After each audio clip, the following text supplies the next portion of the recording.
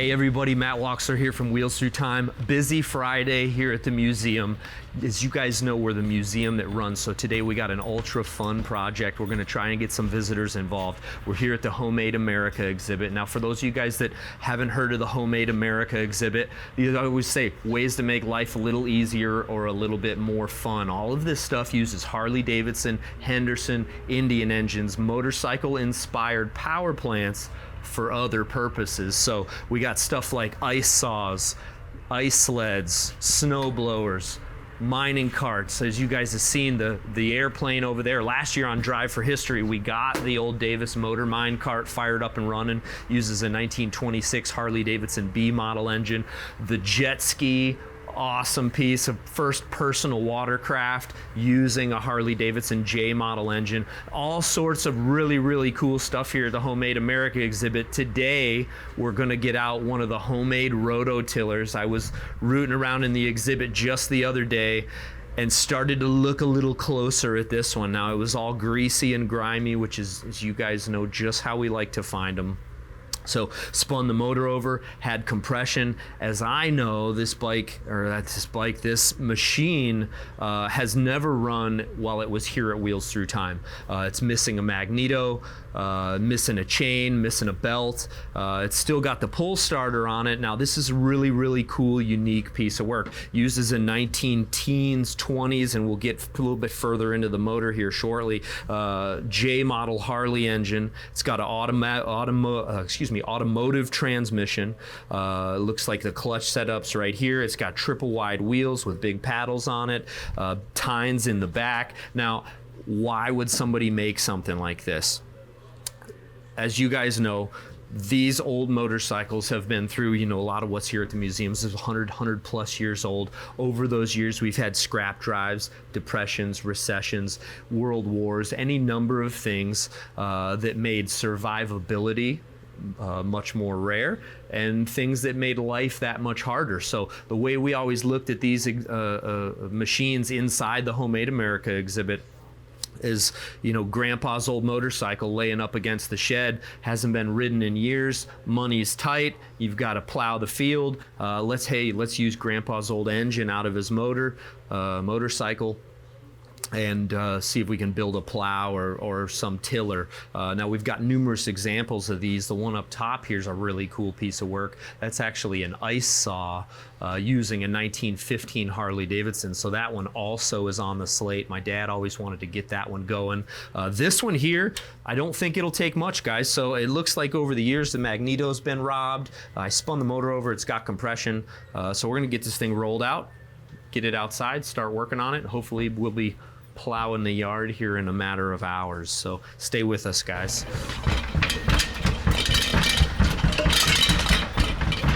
Perfect. Look, you can see the chains moving. I imagine that's the drive chain.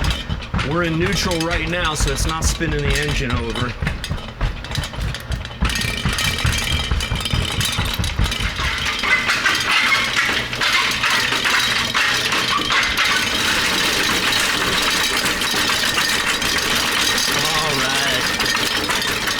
Holy cow, that thing is not made for pavement.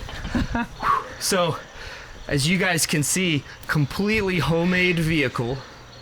What are we looking at here? VIN number's way in the back. It's a 1919 Harley Davidson engine. I'm out of breath. Fan cooled, triple row wheels. So these look like Model T maybe.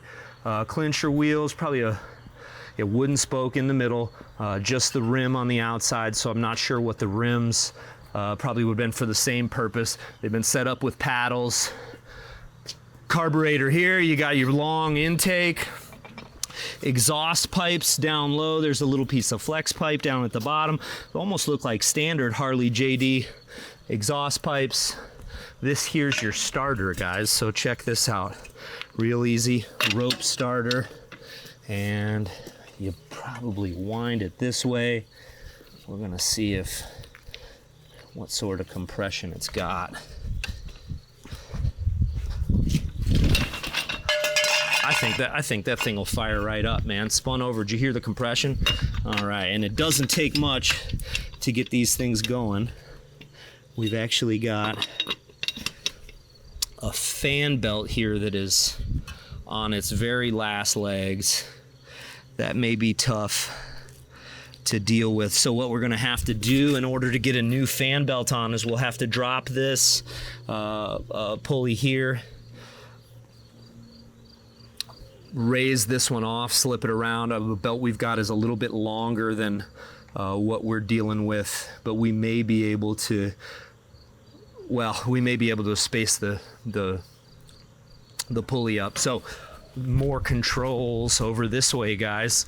This here's your clutch, which I'm not sure if it works or not. We're gonna hope it does.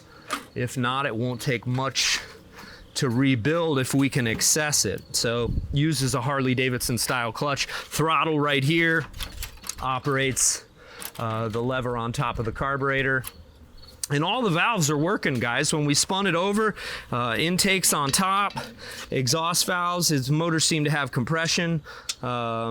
So we're gonna go ahead and get to work on this thing and see if we can make her sing.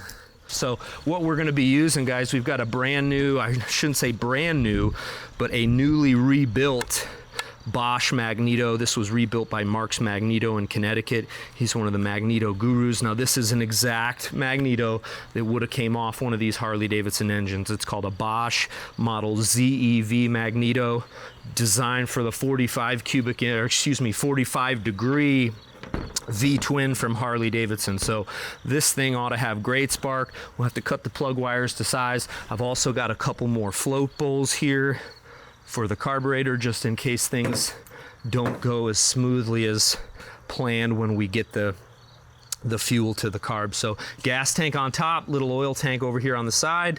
The transmission has a fill plug there at the top, so we'll get the transmission filled with oil, and we'll be off, guys.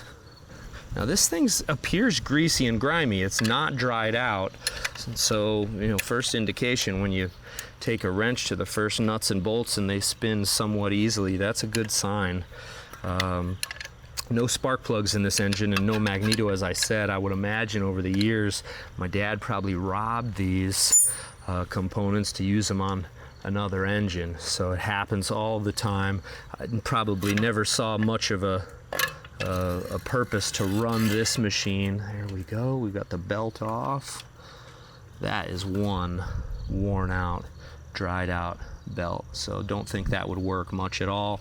We're gonna see now this has already been shimmed, so we're gonna probably do the same.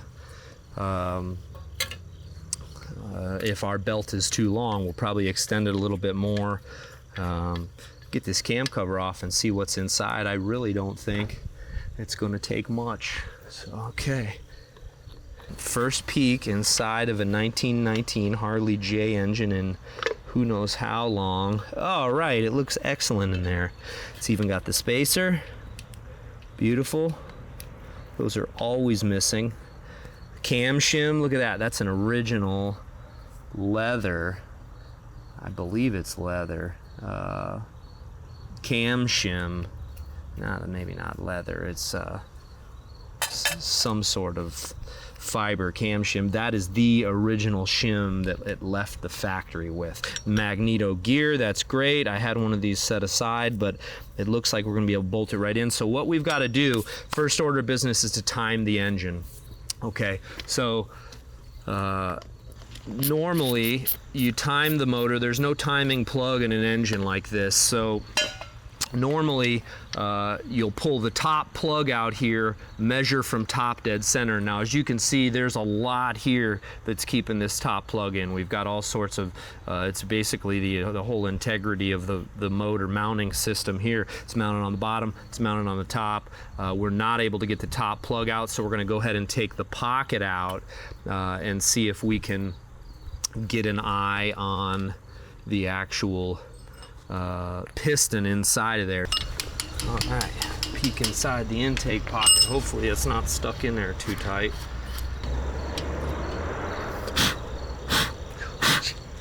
The JD, the Harley-Davidson JD, is actually the only Harley that you don't need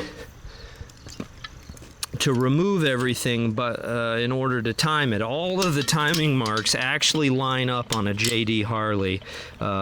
So worst case, if we can't get this out, we can still time it pretty close, but we always like for things to be exact so it can run as best that it can. So let's hope we can get this out. Well, we're waiting for that to soak a little bit more. We're gonna go ahead and bolt the magneto down. Now, it's always a little confusing to which lead goes to which cylinder, so what we always like to do is leave both leads long. That way, when we understand which, whether it's the front or the back lead, go to the front or the back cylinder, we can cut accordingly. So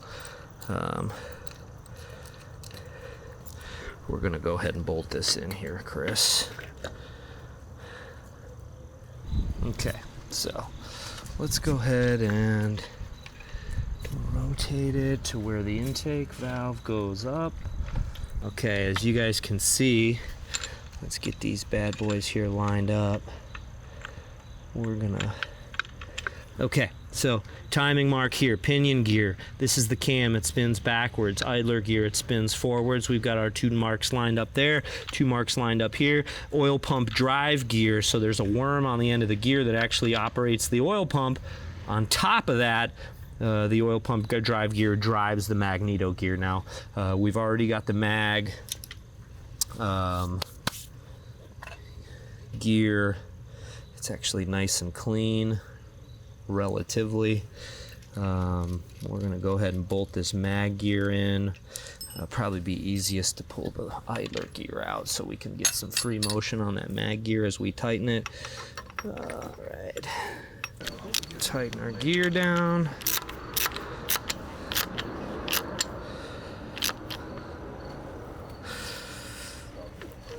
So now we've got to set our gear lash so the mag is not tightened right now.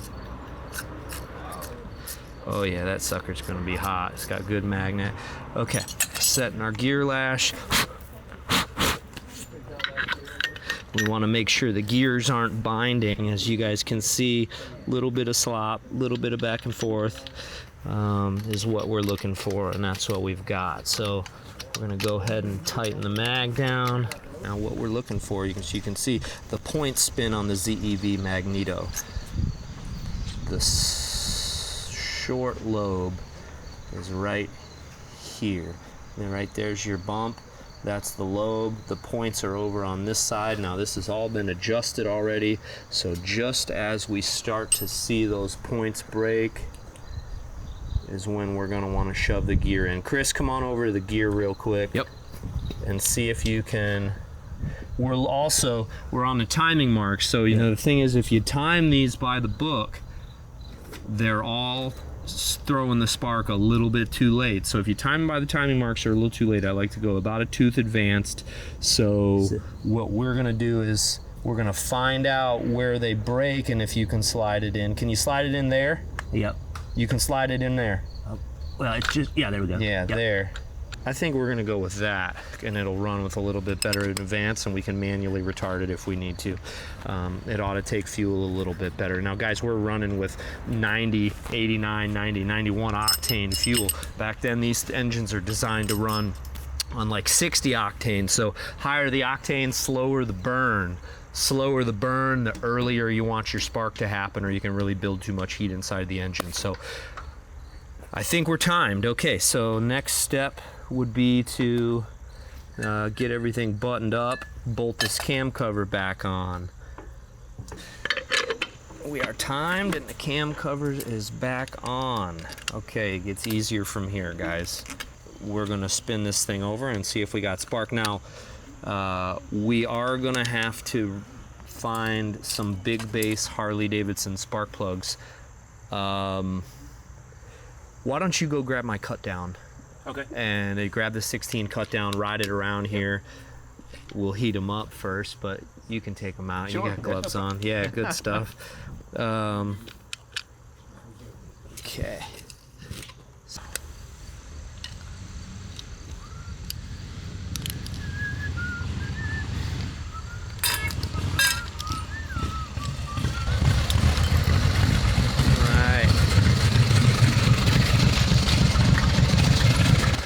Chris. Yeah, you're gonna want to grab a, probably just a crescent wrench to get those out. Grab a pair of needle nose to get the plug wires off of the ends there. Now, guys, what you're looking at, the early cylinders, I think 1926, maybe 1925 and back, took a larger thread spark plug than is standard. To 1926, 27, they come up with a spark plug, and they used them all the way through the flathead and knucklehead years. That's a Champion D16. Now, the plugs in the old cut down there that Chris is pulling out, those are probably 80-year-old spark plugs, 90-year-old spark plugs. They've been working excellent all these years. That old 16 cut down fires right up on 1 or 2 kicks every time, so they'll be just perfect for this engine, and then we'll find some replacements for the old cut down there. She tight? Okay, so we've got a razor blade around. Cool, we got fuel. Let's go ahead and see if we can get this belt put on also. And hopefully we can drop this just enough to squeeze a belt around there. Bingo. All right, back together she goes. Now, as you guys know, necessity is the mother of invention. Half the parts on this thing are made by hand. This pulley here is actually turned out of wood. So use what you can, make it work. Pretty impressive setup. Now, the pulley runs the fan up here. It also is the shaft here connected to the engine sprocket. This is the actual hand starter mechanism here, so Sprague type of ratchet setup, and just a really cool homemade piece of work. We got our spacers, we got our longer bolts.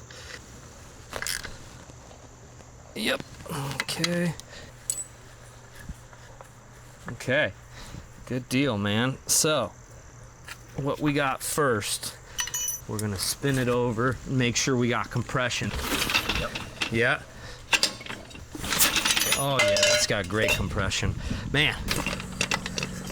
Oh, yep. Yeah. Sorry, dude. No, it's fine. As long as we know there's spark, I'm willing to suffer for it. You're a tough dude. Yep. Yeah, okay, good deal. What a guy, huh? All right. Surely that'll get us there. So let's turn that fuel on and hope that we got some sort of float. Fuel should be on now. Fuel's on, okay. When I start seeing it drip down at the bottom, now there's a leather washer down there, so, wow. This is gonna be really cool, man. I have a feeling it's gonna fire right up. Let's go ahead and wind the starter. Ooh, I heard it pop. I heard it pop. Oh, that sounded real good. Okay. Oh, we got gas in the float too now. Beautiful. Ready? Yep.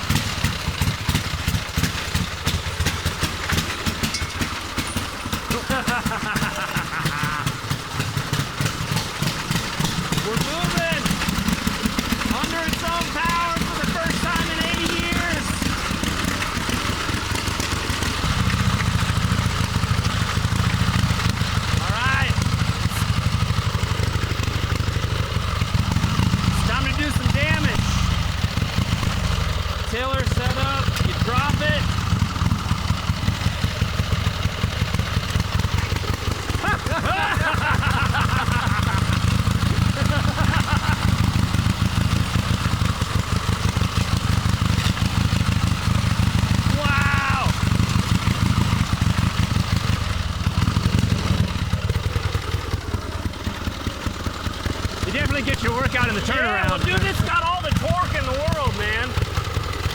Pull it up, move a little forward. Oh, there you go.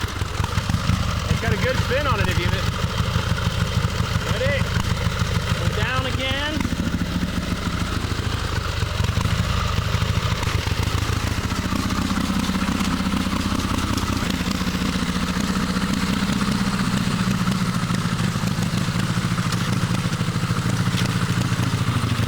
Last one.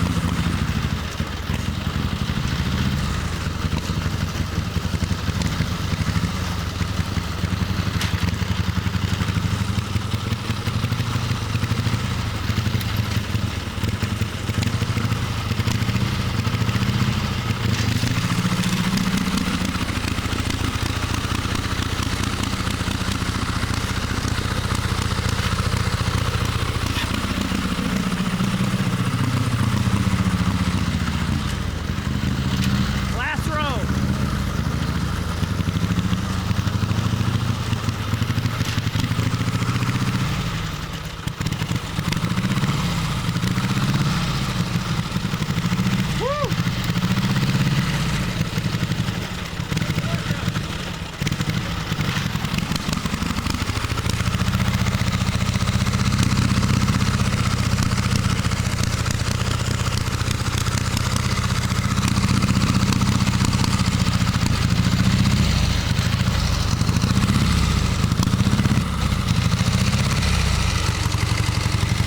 Unbelievable, man.